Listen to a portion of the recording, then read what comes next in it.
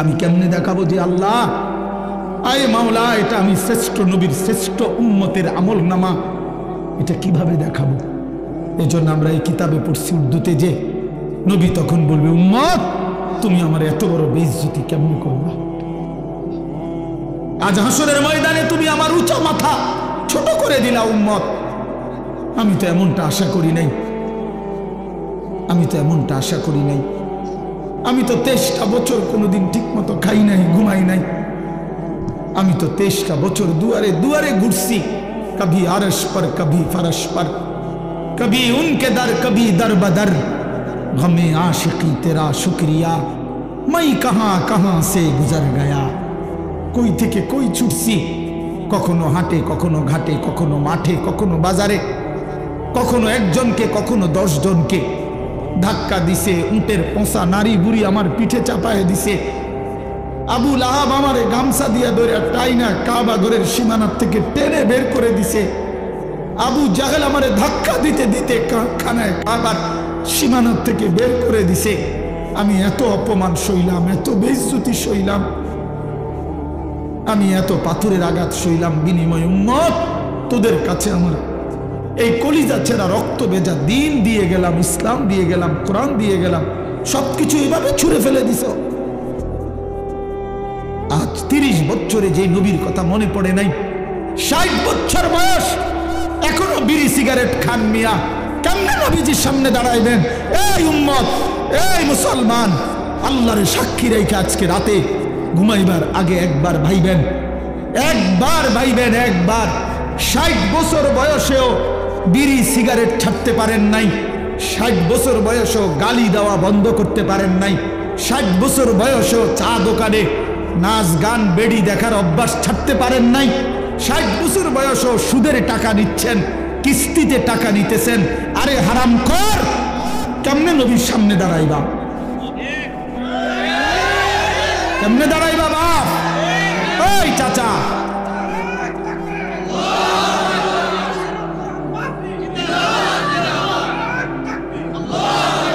কেমনে দাঁড়াইবা বাপ? কেমনে দাঁড়াইবা?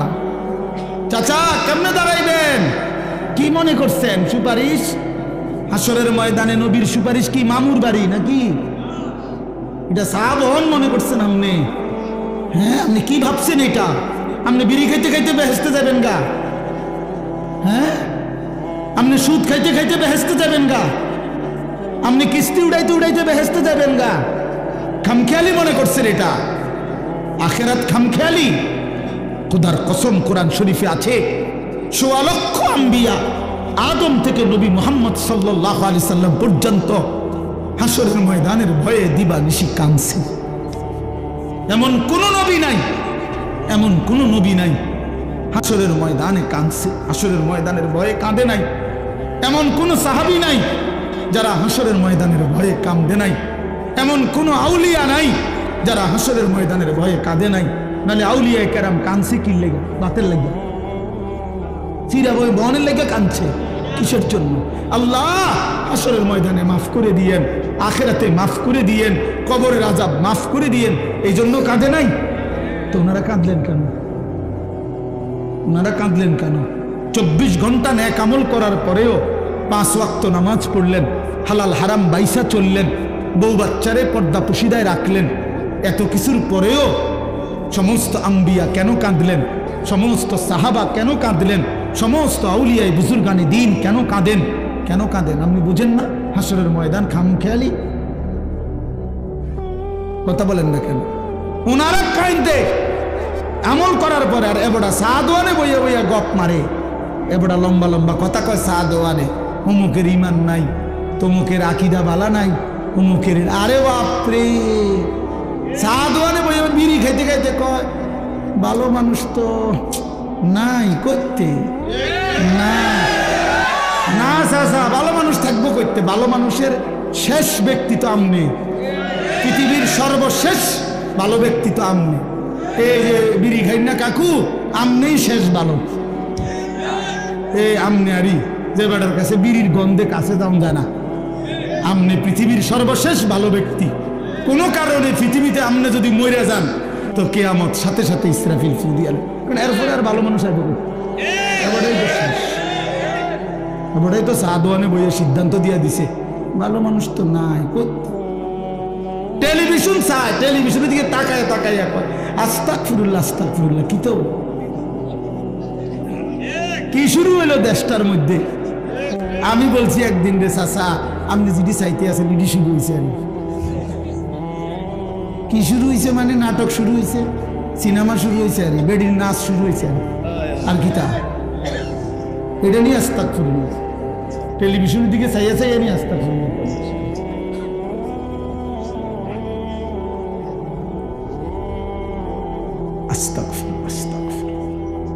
কথা শেষ। আমার বলার উদ্দেশ্য হলো আমি আপনাদের কাছে এতটুকুই বুঝাইতে চাইছি। আমার বাপ আপনাদের সামনে আমার মজার মূল বক্তব্য এটাই, ভাবতে শিখেন। কবর ভুলে গেলে হবে না, পাশ কাটলে হবে না। আপনি পাশ কাটতে যাইতে পারতেন না, এনে যাইতে হবে এটার ভিতরে, ঠিকই না বলেন নাকি? আরে নওজোয়ান বলো না। তাইলে বন্ধু আমার বাপ, তুমি যেমন পড়ালেখা করছো আমিও পড়ালেখা করছি। আমি জেনারেল লাইনেও পূর্ণ পড়ছি, মাদ্রাসার লাইনেও পুরো পড়ালেখা করছি। এই জন্য বন্ধু আমি সায়েন্স পড়ছি, আমি কুমিল্লা ভিক্টোরিয়া কলেজ থেকে মাস্টার্স পাস করছি, আমি বিজ্ঞান বিভাগ থেকে এসএসসি পাস করছি দাখিল। অতএব তুমি আমারে অনুরোধ করছি নওজোয়ান, তুমি ভুল করো না, তুমি ভুল করো না। শুধু বাত মাসের হিসাব মিলাইলে হতো না, শুধু একটা চাকরি, একটা ব্যবসা, একটা বিয়া, একটা বিল্ডিং, একটা বিদেশ, বন্ধু আমার একটা মোটর সাইকেল, এতটুকুর হিসাব মিলাইলে হবে না দোস্ত। আমরা মুসলমান, আমাদের আখিরাত আছে, আমাদের কবর আছে। আর আপনারা যারা বাবা আছেন, অভিভাবক, আপনাদের কাছে অনুরোধ, আপনি এই সংসারের দিকে তাকাইয়া দেখছেন, বিল্ডিং করছেন, সোফা বানাইছেন, খাট বানাইছেন, আমার বাপ এতটুকু হিসাব মিলাইয়া মুসলমান কবরে গেলে হবে না। আমার জিফুতের লেগে খাদ্য সংসারে সব করে দিয়ে আইছি, কি করে দিয়ে আসছে এই সোফা টোফা এডি 20 বছর পরে দেখবেন আপনি আইলে কিচ্ছু নাই। 20 বছরের মাথাত কবর থেকে আইসা যদি দেখেন আমনের বানানো ফার্নিচার, একটা বদনাও, একটা লোডা ঘরের মধ্যে নাই, সব ফালাই দিছে। এগুলো আর এখন চলে না। জিঙ্গাইলে কইব দাদা ঠিক আছে আপনি বানাইছেন যত্ন করে, কিন্তু ওই মডেল এগুলো এখন আর চলে না, এগুলো আমরা ফেলে দিছি। আরো 5-7 বছর আগে যদি আপনি আইবেন জানতাম কবর থেকে, তাহলে না ওই টাঙ্গায় রাখতাম। কথা বুঝছেন? আসলে কি ফেলে দিবে এগুলো, দুনিয়া ফেলে দেয়, আপনার সন্তানই ফেলে দিবে, আপনার নাতি নাতনি দুনিয়া ফেলে দিবে। অতএব আমাদের জিন্দেগি আখিরাত, আমাদের জিন্দেগি কি বলেন? মোমেনের জীবন আখিরাত, মোমেনের হায়াত আখিরাত, মোমেনের রাত আখিরাত, মোমেনের দিন আখিরাত, মোমেনের হাসি আখিরাত, মোমেনের কান্না আখিরাত, মোমেনের স্বপ্ন আখিরাত, মোমেনের কল্পনা আখিরাত, মোমেনের পরিকল্পনা আখিরাত। অতএব এই আখিরাতের পরিকল্পনাকে সামনে রেখে আমরা আমাদের সামনে মাহে রমজান, এই মাহে রমজানকে সামনে রেখে আর মাত্র 20-21 দিন মাত্র আছে।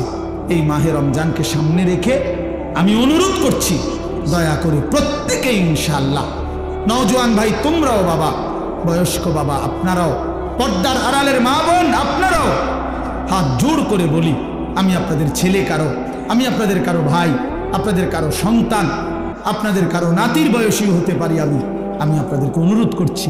আর ছেলেরা তোমরা আমার সন্তান, তোমরা আমার ভাই, আমারও তো 15 বছরের সন্তান আছে। অতএব যাদের বয়স 15-16 ধরে নাও তুমি আমার সন্তান। আর এর চাইতে বড় যারা, তুমি আমার ছোট ভাই, আমারও তো ছোট ভাই আছে। আমি চাই না আমার সন্তান নষ্ট হয়ে যাক, আমি চাই না আমার ছোট ভাই বরবাদ হয়ে যাক, আমি চাই না আমার বাপ চাচা দাদা জাহান্নামী হোক। এই আশা নিয়ে আমি অনুরোধ করলাম, মাহে রমজানকে সামনে রেখে চলেন গুনাহ ছেড়ে দেন। নির্দিষ্ট পরিমাণ সময় কোনো বিষয় না। নবী সাল্লাল্লাহু আলাইহি ওয়াসাল্লাম বলছেন, বাল্লিগু আন্নি ওয়ালাউ আয়া, তার মানে একটি আয়াত, একটি বাক্য হলেও আমার কথা তোমরা পৌঁছিয়ে দাও, পরিমাণে কম হোক, তারপরও এই একটি কথাই তোমরা পৌঁছিয়ে দাও। হাদিসের মধ্যে আছে হযরত আবু যর গিফারি রাদিয়াল্লাহু তাআলা আনহু তিনি বলতেন যে আল্লাহর কসম, তোমরা যদি আমার গর্দানের মধ্যে তলোয়ার রাখো এবং আমি যদি বুঝি তলোয়ার দিয়ে আমাকে কোপ দেওয়ার 1 মিনিট সময় বাকি, মানে কোপ দিতে দিতে আমি নবী সাল্লাল্লাহু আলাইহি সাল্লামের একটি বাক্য বলতে পারবো, যদি এটুকু সুযোগও আমি বুঝি, উনি বলেন আল্লাহর কসম আমি ওই মুহূর্তেও আমার রাসূলের কথা বলে দেব, ওই মুহূর্তেও বলব। এই ছিল সাহাবায়ে কেরামের হিম্মত, ফিকির। তাহলে এই জন্য বললাম আল্লাহর কথা বলতে পারা এটা অনেক বড় সৌভাগ্য। আল্লাহ তাআলা প্রিয় ভাই মাওলানা ইসরাফিলকেও পুরা দেশবাসীকে সাথে রেখে সামনে রেখে কথা বলার তৌফিক দান করেন। মুআজ্জাজ মুহতারাম হাজিরিন, আমি আপনাদের সামনে পবিত্র কোরআনুল কারীমের 2 নম্বর পারা 2 নম্বর সূরা, সূরাটার নাম সূরায়ে বাকারা। এই সূরার 185 নম্বর আয়াত তেলাওয়াত করেছি। আয়াতের অংশ বিশেষ, অর্থাৎ আয়াতটা একটু লম্বা, পুরা আয়াতটা পড়ি নাই, আয়াতের কিছু অংশ তেলাওয়াত করেছি। এই আয়াতটিকে সামনে রেখে মাহে রমজানকে উপলক্ষ করে সামান্য কিছু কথা। কিশোর নওজোয়ান যত ছেলে আছো বাপ, আমার অনুরোধ ভাইয়া, একদম ঘড়ি ধরা অল্প কিছুক্ষণ সময় আমি কথা বলবো ইনশাআল্লাহ, চেষ্টা করব। এই জন্য দয়া করে দোস্ত আমার অনুরোধ, এই হাতে ধরা যে মোবাইলগুলো এইগুলো নামায় ফেলো ভাইয়া। কেউ হাতে মোবাইল ধরে রেখে রেকর্ড ভিডিও এটা করা যাবে না, আমি অনুরোধ করলাম, এবং এটা আমার আদেশ। আমার এই কথাটা যদি কারো পছন্দ না হয় সে উঠে চলে গেলে ভালো, নাহলে আমি ধমক দেব, এরপরে লজ্জা পাইবা ভাইয়া, এরপরে তুমি উঠে যাইতে বাধ্য হইবা। এই জন্য দয়া করে হাতে ধরে মোবাইল যাদের, এটা নামায়া ফেলো, বন্ধ করে ফেলো। কেন? প্রশ্ন হলো কেন? কারণ হলো, বাস্তবিক কথা হলো, সারাক্ষণ মোবাইল ধরে রাখলে দিল জমে না, মানে অন্তরের মধ্যে কথা পৌঁছে না। এমনিতে মোবাইলে ওঠে, ঠিক আছে, মোবাইলে জমা হয়, মোবাইলে তো আলহামদুলিল্লাহ প্রচুর ওয়াজ আছে, সবাই, সব বক্তাদের, বক্তা ছাড়াও অনেক ব্যক্তিদের অনেক সুন্দর সুন্দর বিভিন্ন বিষয়ভিত্তিক আলোচনা, অনেক কিছু আছে, অভাব নেই। কিন্তু কথা হলো আমার দিলে কি আছে, আমার জিন্দিগির মধ্যে কি আছে, এটা দেখার বিষয়। এটা একটা গুরুত্বপূর্ণ বিষয়, এই জন্য এটা ইনসাফের সাথে ভাবা উচিত। তো এই জন্য আমার উদ্দেশ্য হলো যে আমি নিজের জন্যই শুনি। প্রত্যেকে যদি এটা ভাবি যে আমি আমার নিজের জন্য কিছু কথা শুনি, তাহলে বরকত হবে। কোরআন আমার জন্য, আমাদের নবী সাল্লাল্লাহু আলাইহি ওয়াসাল্লামের হাদিস আমার জন্য, এটা মনে রাখতে হবে। আমাদেরও বলার দরকার নেই যে আমার জন্য, আমার কবর, আমার আখিরাত, আমার মিজান, আমার ফুলসেরা, আমার হাসর, আমার মৃত্যু, আমার পরকাল। এই যে এই অনুভূতিটা এতটুকু যদি আমাদের দিলে ঢুকে, তাইলে আমাদের আখিরাত অনেক সুন্দর হবে, আমাদের জিন্দিগির ধারাটাই বদলে যাবে। আমি যদি এটা বুঝি, কবরও আমার, দুনিয়াও আমার, আখিরাতও আমার। আমার দুনিয়া আমি বাদ দিতে পারবো না, আমার আখিরাত আমি ভুলে যেতে পারবো না। তো বুদ্ধিমান তো সে দুটাকে যে মিলায় নেয়, আমার দুনিয়ার প্রয়োজনও পূরণ হোক, আমার আখিরাতের নাজাতের ব্যবস্থাও হোক। আমার বউ বাচ্চার জন্য বাজার দরকার, ঠিক আছে, বাজারও করি। আমার জোহরের নামাজ ফরজ পড়া দরকার, সেটাও পড়ে ফেলি। আমার উপার্জন করা দরকার, নয়তো সংসার চলবে কেমনে, তো ঠিক আছে, আমি ব্যবসা উপার্জন হালাল পন্থায় চেষ্টা করি, আবার আখিরাতে বাঁচার জন্য হারাম থেকেও বেঁচে থাকি। এটা সম্ভব। একজন মানুষ যেহেতু দুনিয়াবি অসংখ্য কাজ করতে পারে, তাহলে আখিরাতের এই আমলগুলো তার জন্য করা সম্ভব। সূরা আরাফের মধ্যে আল্লাহ বলেন, মনের ইচ্ছা মতো যে চলে, আমার মনে যা চায় তা, কিসের নামাজ, কিসের আল্লাহ, কিসের রাসূল, কিসের কবর, আখিরাত, হুজুরদের কথা বাদ দাও, এটা আমার মনে যা চায় তা, আমার যখন যেটা ভাল লাগে এটাই করব। মন চাইলে ঘুমাবো, মন চাইলে সজাগ থাকবো, মন চাইলে হাসে, মন চাইলে কাঁদে।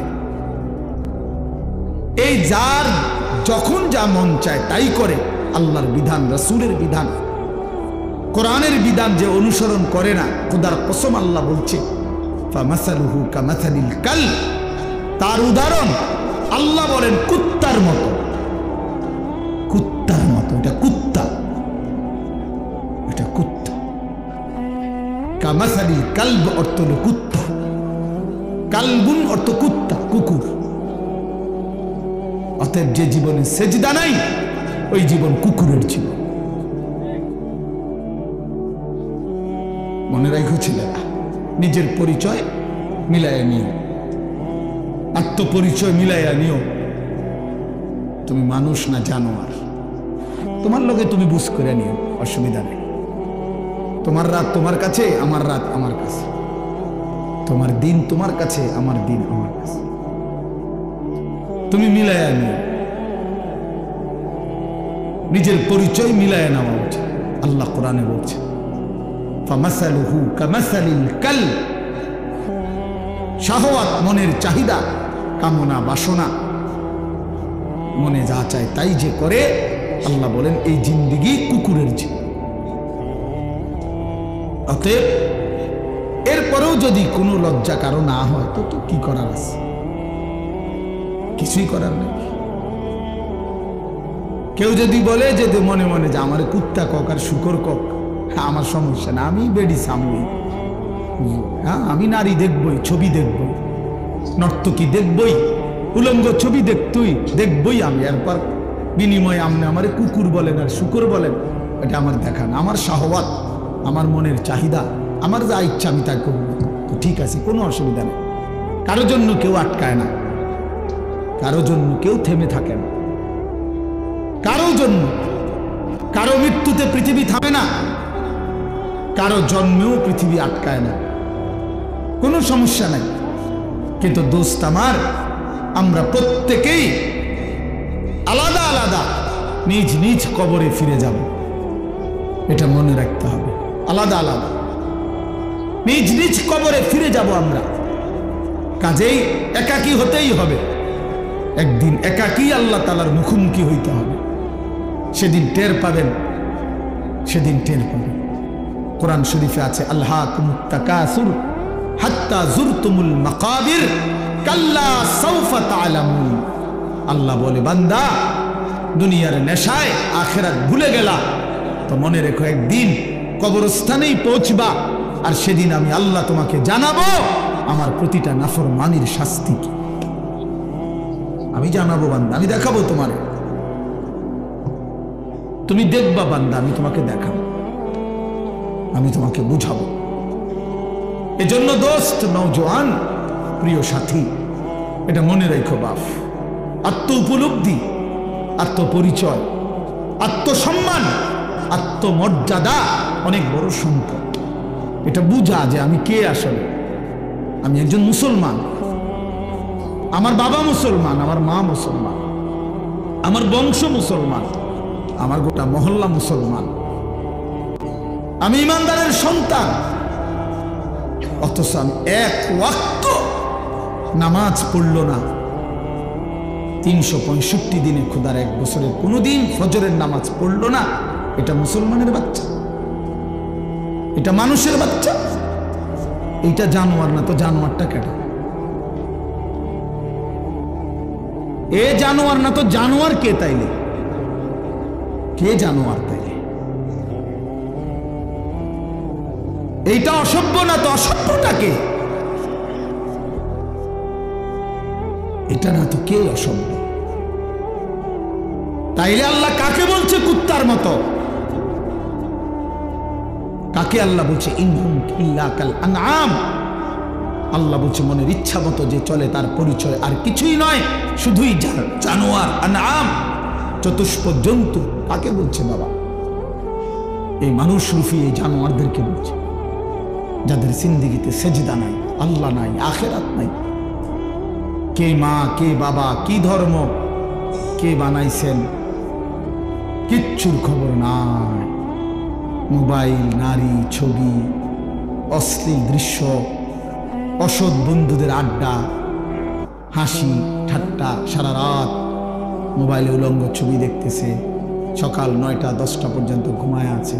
আহ, হায় হায়, এটা বুঝি কোনো জিন্দিগি হলো বাপ? মানুষের জিন্দিগি তো এরকম হওয়ার কথা না। এক চতুষ্প জন্তু, এক রাস্তার কুকুরও তো এতক্ষণ ঘুমায় থাকে না। এক চতুষ্প জন্তু, জানোয়ারও তো এমন হয় না। এই জন্য বাপ এটা বোঝা উচিত।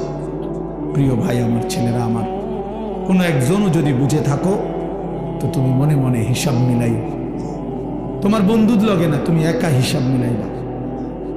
আসলে আমি কে? কে আমাকে বানাইলেন?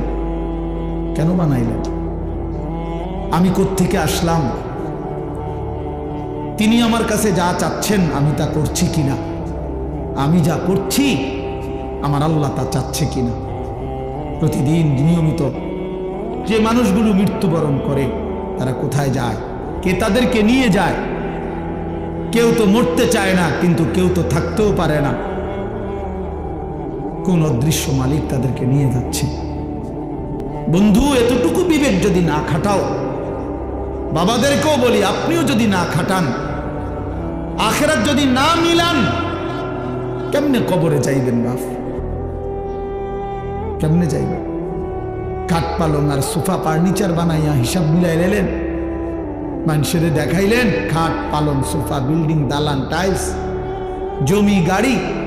আহা বাবা, এগুলো কি মিলাইয়া গেলে? এগুলো তো আপনার আগেও পৃথিবীতে ছিল, আপনার পরেও থাকবে এই পৃথিবীতে, কিন্তু আপনি কবরে কি নিয়ে যাচ্ছেন? আল্লাহ নবী সাল্লাল্লাহু আলাইহি ওয়াসাল্লাম বলছেন, ইয়াতবাউল মাইয়িতা সালাসাতুন, কোন মৃত ব্যক্তির সাথে, লাশের সাথে কবরস্থান পর্যন্ত 3 জিনিস যায়। আহলুহু ওয়া মালুহু ওয়া আমালুহু, তার পরিবারের সদস্যরা সাথে যায়। কিছু সম্পদ, মাল, এই যে লাশের একটা খাটিয়া, আগরবাতি, একটা কাপড় ইত্যাদি ইত্যাদি, ছোটখাটো কিছু ঠুনকো মাল, সামান্য, এগুলোও সাথে যায়। আর ওয়া আমালুহু, তার সারা জিন্দেগির আমল, কর্মকাণ্ড, সেটাও তার সাথেই যায়। ফায়ারজিউ ইসনান ওয়া ইয়াবকা ওয়াহিদ, 2 জিনিস ফিরে আসে। এক, তার বংশধর, পরিবার, মহল্লাবাসী ফিরে আসে, এবং ওই খাট কাপড়গুলোও ফিরে আসে। আর শুধুমাত্র তার আমল, ভালো কিংবা মন্দ, ওইটাই তার কবরের সাথে থেকে যায়। এই জন্য দোস্ত, আমরা আমাদের 1 সেকেন্ড, 1 ঘন্টা, 1 মিনিট, একটা নিঃশ্বাস যেটা একবার করছে, এটা আর কোনো দিন আমরা হিসাবের বাহিরে আড়াল করতে পারবো না। কোরআনুল কারীমের মধ্যে আল্লাহ বলছেন, লা ইউগাদিরু সাগীরাতান ওয়ালা কাবীরাতান ইল্লা আহসাহা। এই ফেরেশতারা ডান কাঁধে বাম কাঁধের, ছোট থেকে ছোট, বড় থেকে বড়, জীবনের প্রতিটা স্পন্দন, প্রতিটা নিঃশ্বাস পর্যন্ত আল্লাহর কসম আমলনামার মধ্যে উঠায় রাখছে। 24 ঘন্টার 1টা মিনিট বাবা, ছেলেরা, সবাইকে বলি, আমাকেও বলি, আড়াল করার কোনো সুযোগ নাই, কোনো সুযোগ নাই বন্ধু। কোনো রাত, কোনো দিন, কোনো ঘন্টা, কোনো মিনিট, সেকেন্ড, আর কোনো দিন আমার আড়াল করবার সুযোগ নাই আল্লাহর কাছ থেকে। এই জন্য আমরা যদি এটা না বুঝি বাবা, অনেক নওজোয়ান, তোমরা চেহারা সুরত দেখলে বোঝা যায় বাপ, কতদিন হয় নামাজ পড়ো না। আহ, কবরের প্রস্তুতি নেওয়া, পরকালের ফিকির করা, এটাই মুমিনের জিন্দেগি। মুসলমান তাকেই বলে, মুসলমান তাকেই বলে। ওই দেখেন, ওই অপদার্থ কি করে, কত বড় অসভ্য দেখছেন, আবার হাসে বেয়াদব। এই বেয়াদব এমনই হয়, অসভ্য এমনই হয়। ওই যে বললাম শাহওয়াত, মনের চাহিদা, যে হুজুর তোমার বাপও যদি মানা করে, আমি তো কারো কথাই শুনি না, তুমি হুজুরের কথা শুনবো কীর্তন, আমি তো জীবনে কারো কথাই শুনি না, আমার আবার হুজুর কি আর পাবলিক কি, আমি তো চলি আমার মতো করে। বুঝলেন? এই জিন্দেগি, এটাই জীবন। আপনি নিষেধ করবেন, শুনবেন, আমি তো আমার মতো চলি, আমার মতো চলি। আমি তো নিষেধ করছিলাম বাপ, আমি তো বলছি প্রথম যে আমি সুন্দর করে বললাম, বলছি কিনা? হ্যাঁ, অসংখ্য ছেলে পেলে বললাম না আজকে, বাবা তোমরা অগণিত ছেলে, তোমরা মনে করছো তোমরা অনেক সুখে আছো, কারণ মা বাবা পারিবারিক বন্ধন থেকে তোমরা মুক্ত। অর্থাৎ তোমাদের বাবা আর তোমাদেরকে ফেরাইবার জন্য সাহস করে না, তোমাদের মা আর তোমাদেরকে দিনদার বানাবার ফিকির ছেড়ে দিছে, মহল্লার বাসী ছেড়ে দিছে, তোমাদেরকে ছেড়ে দিছে। বাপ, তোমরা এখন বন্ধুদের আড্ডায় ঘন্টার পর ঘন্টা, বাকি টাইম একাকী যখন হও, সারা রাত মোবাইল। তার মানে তোমার কোনো মা নাই, বাবা নাই, অভিভাবক নাই, কেউ তোমারে রাগ দিবে, ডাক দিবে, কেউ তোমারে ফিরাবে। আপন ঘরে ঘুমায়, মা বাপ জীবিত, কিন্তু একটা দিন চোখের পানিও পড়ে না, বলেও না। আমার 365 দিনে আমার 16 বছরের ছেলেটা একদিনও ফজরের নামাজ পড়ে না। এত বড় জানোয়ার মুসলমানের ঘরে কেমনে ঘুমায় বেটা? এত বড় জানোয়ার কেমনে ঘুমায় মুসলমানের ঘরে? তার বাপ কোথায়? তার মা কোথায়? আহা, তার পরিবার এভাবে ভুলে গেল কেমনে? কিরে বাপ, তোমার উপরে খোদার কি পরিমাণ লানত পড়ছে, খোদার গজব পড়ছে বেটা। এই জন্য কেউ তোমারে আর ডাকে না, কেউ কিন্তু মনে করাই দেয় না যে রে বাপ তোর জাহান্নাম দেখা যায়, তোর জাহান্নাম দেখা যায়। কেউ মনে করায় না ছেলে পেলেদেরকে, বুঝছে? কেউ মনে করায়। সবাই তামাশা দেখতেছে, চোখের সামনে আমাদের ছেলেরা নষ্ট হয়ে যাইতেছে, বখাটে হয়ে যাইতেছে, মসজিদে নামাজ চলতেছে, এক ওয়াক্ত নামাজ পড়ে না। কারো কোনো ফিকির নেই, তার বাবা কই, মা কই, দাদা কই, দাদি কই, তার নানা কই, নানি কই, চাচা কই, মামা কই, ফুফা কই, খালু কই, তার বড় ভাই কই, তার বড় বোন কই। কেউ কিচ্ছু বলে। হেঁটে হেঁটের মতো হাসে, লাফায়, চুল রাখে তার ইচ্ছা মতো, প্যান্ট পরে তার ইচ্ছা মতো, দুপুরের খানা বিকালে খায়, বিকালের খানা রাইতে খায়, সারা রাত, রাতের 3টা বাজে দেখবেন মোবাইলে ছবি দেখতেছে, ভোরবেলা 9টা বাজে গেছে, ঘুম থেকে উঠতেছে না। এটা মুসলমানের জিন্দেগি? এটা মুমিনের জীবন? এটা বাবা মার সংসার? এটাই সার্থকতা জীবনের? বলে পৃথিবীর সর্বাধুনিক মজবুতি প্রযুক্তি দিয়েও যদি আপনি সোফা বানান, খাট বানান, কি লাভ হবে যদি স্ত্রী সন্তান নাফরমান হয়? হ্যাঁ, যদি ছেলে মেয়ে বেনামাজি হয়, মেয়েটা যদি বেপর্দা হয়, স্ত্রী যদি বেপর্দা হয়, কি ফায়দা? অর্জন কি? জিন্দেগির অর্জন কি? এই জন্য আমি অনুরোধ করছি আপনাদের কাছে, দয়া করে ফিকির করেন, ফিকির করেন। ছেলেরা বাপ, নষ্ট হইও না বাপ। যদি অব্যাহত গুনাহ পাপ, একটা শেষ, এই প্রসঙ্গটা শেষ করতে চাই। একটা চূড়ান্ত কথা আপনারা বাবাদেরকেও বলি, একটা গুরুত্বপূর্ণ কথা মনে রাখবেন। কোরআন শরীফে আছে, কেউ যদি গুনাহ লাগাতার করতে থাকে, খোদার কসম, আল্লাহ একদিন নারাজ হয়, আর সেদিন আল্লাহ পাক ইচ্ছা করে তাকে আল্লাহ তাআলা পথভ্রষ্ট করে দেয়। আর কোনোদিন আল্লাহ ইচ্ছা করেই তারে আর হেদায়েত দেয় না, আলোর পথে ফিরতে দেয় না, কল্যাণের পথে আসতে দেয় না, জান্নাতের পথে আর আসতেই দেয় না। খোদার কসম, এটা কোরআন শরীফের আয়াত। আল্লাহ বলছে, একদিন আমি সত্যি সত্যি রাগ করলে ফাআনসাহুম আনফুসাহুম, আমি আল্লাহ নিজেই তোর আখিরাত ভুলায় দেব।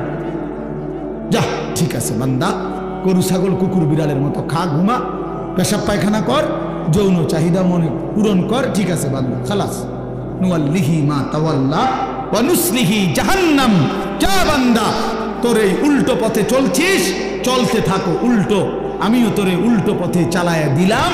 তো মনে রাখো একদিন ওয়া নুসলিহি জাহান্নাম, উল্টো পথে চলতে চলতে একদিন তোমারে আমি আল্লাহ ধাক্কা দিয়া লাথি দিয়া ফেরেশতাকে বলে জাহান্নামে ফেলে দেব,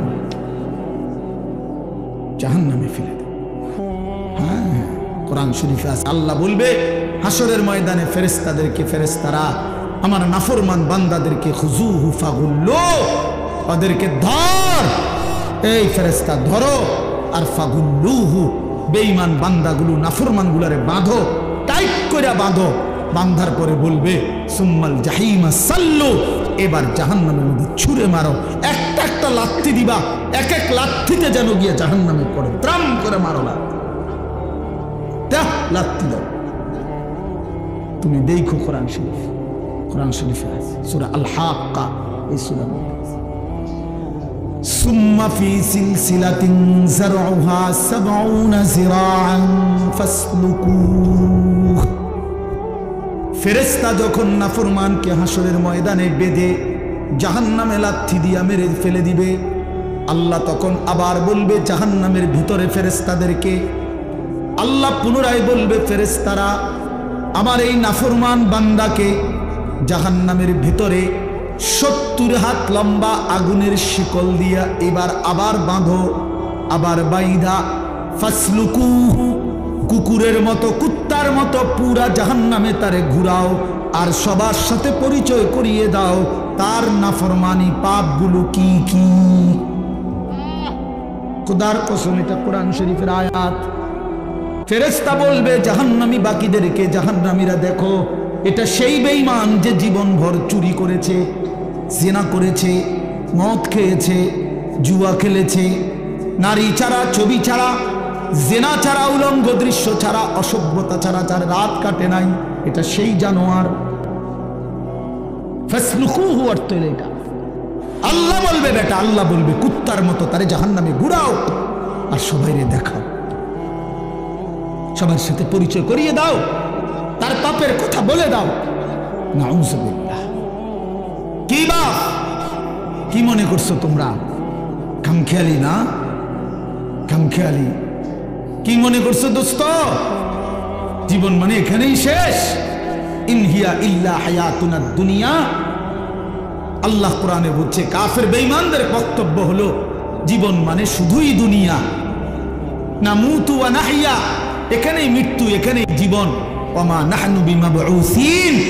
আল্লাহ বলে, আরে কাফেরেরা বলে আর কোনোদিন কোথাও উঠতে হবে না, হাসরের ময়দান হবে না, এটা তো কাফেরের কথা, বেঈমানের কথা। মুসলমান তো কথা ভাবতে পারে না, ভুলতে পারে না। ইমানদার না আমরা? তুমি না ভাইয়া মুসলমান, তো তুমি এক ওয়াক্ত নামাজ পড়ো না কেমনে বাপ? আল্লাহকে এমন ভোলা কেমনে ভুললা? আখেরাত এমন ভুলা কেমনে ভুলে গেলা? যেই বোন আজকে মা, যেই বিবি আজকে 20 বছর ধরে বেপর্দা, ওই বেপর্দা অসভ্য নারী, ওরে জিজ্ঞাসা করেন তুমি না মুসলিম নারী মা? এই বোন, তুমি না মুসলমান বোন, তুমি আল্লাহকে এইভাবে ভুলে গেলা কেন? মুসলমানের জন্য বেপর্দা হওয়া না হারাম? কথা বলেন না কেন? তো তুমি ভুলে গেলা কেন? কেমনে ভুলে গেলা? এই জন্য আমি অনুরোধ করছি আমরা প্রত্যেকেই ফিকির করেন, ইনসাফের সাথে ভাবে। ছেলেরা বাপ, আমি শক্ত কথা বলছি, আমি জানি, আমি অনেক শক্ত করেই বললাম বাবা, আমি তোমার পরিবর্তন চাই, আমি তোমার জিন্দগির সৌন্দর্য চাই। কিশোর নওজোয়ান, তোমরা যদি চরিত্রহীন হও, তোমরাই যদি নারীর আসক্ত হও, মদ জুয়ার আসক্ত হও, তোমরাই যদি এক ওয়াক্ত নামাজ পড়তে মন না চায়, প্রিয় নওজোয়ান, আগামীর ইসলামের জন্য লড়বে কে? বলো বাপ, কালেমার জন্য লড়বে কে? ইসলামের জন্য জীবন বাজি রাখবে কে? তাই আমার নবী সাল্লাল্লাহু আলাইহি সাল্লামের সেই দাঁত ভাঙ্গা ইসলাম, তায়েফের রক্ত মাখা ইসলাম আমরাই আমাদের হাতে ফেলে দিলাম, আমরাই ছুড়ে দিলাম। আমাদের নবীকে আমরা বলে দিলাম আপনার তায়েফের রক্ত আমরা ভুলে গেছি, আপনার উহুদের দান দান শহীদ করা রক্ত আমরা ভুলে গেছি। আপনার সেই পেটে পাথর বাঁধা ক্ষুধার কষ্ট আমরা ভুলে গেছি। আমরা আপনাকে চাই না। আমরা ইহুদি খ্রিস্টান বেঈমান ফুটবল ক্রিকেটের খেলোয়াড় কিংবা মোবাইলের কোনো নারী নর্তকী তাকে নিয়েই আমরা পড়ে আছি। আহা আহা, আল্লাহ নবী সাল্লাল্লাহু আলাইহি ওয়াসাল্লামের কাছে কিন্তু উম্মতের আমল শোনানো হয়। মদিনার রওজা পাকে নবী সাল্লাল্লাহু আলাইহি ওয়াসাল্লাম তো হায়াতুন নবী, তিনি তো জীবিত। জানেন না এটা? কথা বলেন না কেন? তিনি তো কি হায়াতুন নবী, তিনি তো জীবিত, সেখানে সশরীরে জীবিত, সশরীরে জীবিত। আমি তো রওজা পাকের সামনে যখন প্রথম গেছি জীবনে 2015 সালে, অনেকক্ষণ দাঁড়াইছিলাম আর এই তাকায়া অনেকক্ষণ পরে বলছি যে আপনি এখানে। আমি সেই ছোটবেলা থেকে নবী আপনার নাম শুনছি,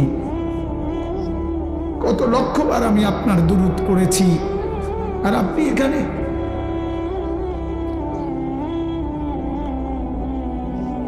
তো আল্লাহ নবী সাল্লাল্লাহু আলাইহি সাল্লামের কাছে উম্মতের আমল নামা শোনানো হয়, ফেরেশতারা শোনায়।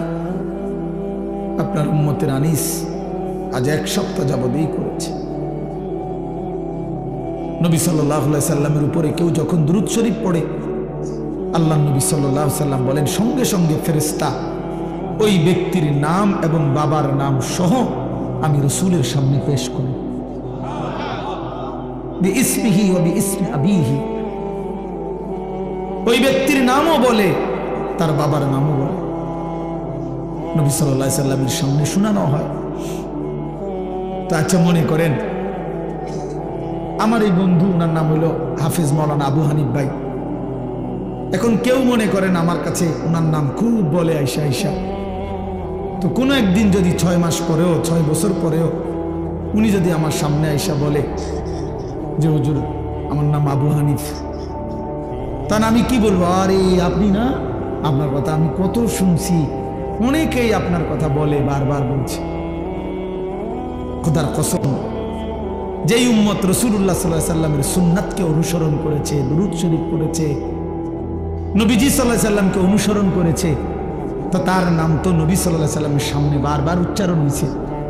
হাসরের ময়দানে সেই উম্মত গিয়ে যখন নিজের আমলনামা নিয়ে বলবে ইয়া রাসূলুল্লাহ আমি আনিসুর রহমান, আল্লাহ নবী বলেন ও আচ্ছা তুমি, তোমার নাম তো ফেরেশতারা আমার কাছে প্রায়ই বলতো, আমি অনেক শুনছি তোমার নাম, আমি তোমার নাম অনেক শুনছি, আমি তো শুনছি তোমার নাম, তুমি সেই নাম।